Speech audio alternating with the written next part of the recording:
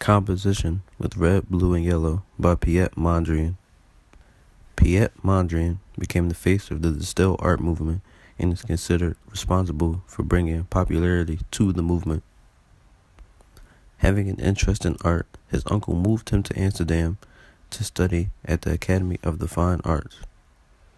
Later on in his life, when he moved to Paris, he was introduced to Cubism, which strongly influenced his art, although he felt it was still too naturalistic, so he dove deeper into abstraction. Mondrian believed that the success of neoplastic painting depends on the inspired institution of the maker. A long stay back in the Netherlands led to some important connections being made with Bart van der Lek and others that affected every other work of art of his following the meeting. Following shortly after the formation of Mondrian and van der Lek's working relationship, they were contacted by Theo van Doesburg, a painter who frequently wrote about art for different periodicals and is considered the propagandist of the distill movement. He invited Mondrian and van der Lek to join his initiative to start an artistic review. They agreed, and the result of this was the journal entitled Distill. With the help of Bart van der Lek, he was able to continue to develop the distill art movement with his concept of painting flat areas in pure color. His paintings depicted the simplicity of other artists like Picasso and George Braque, in which he increased his artwork with geometric shapes and interlocking planes, but still kept his meaning for the artworks.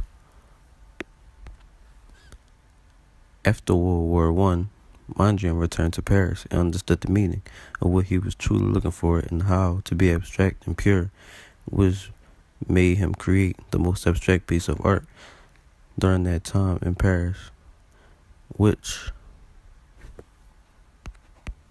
was called Composition with Red, Blue, and Yellow. It was created in the year 1930, which was around the time Piet was at the peak of his art. It is a 46 by 46 centimeter picture.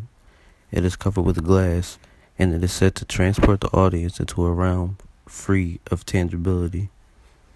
The artwork is an example of Cubism. The reason being was because he defined the distill movement, just like Picasso taking the route of using flat planes and surface.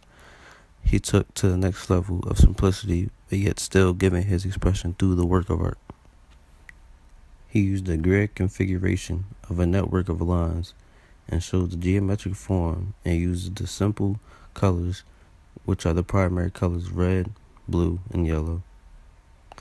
What he wanted people to get out of the art is to think deeply about the painting for his abstraction. Despite the small canvas, Piet contributes to the abstract visual language in a large way. With the way the thick black brushwork defines the borders of the different geometric figures. Comparably, the black brushwork on the canvas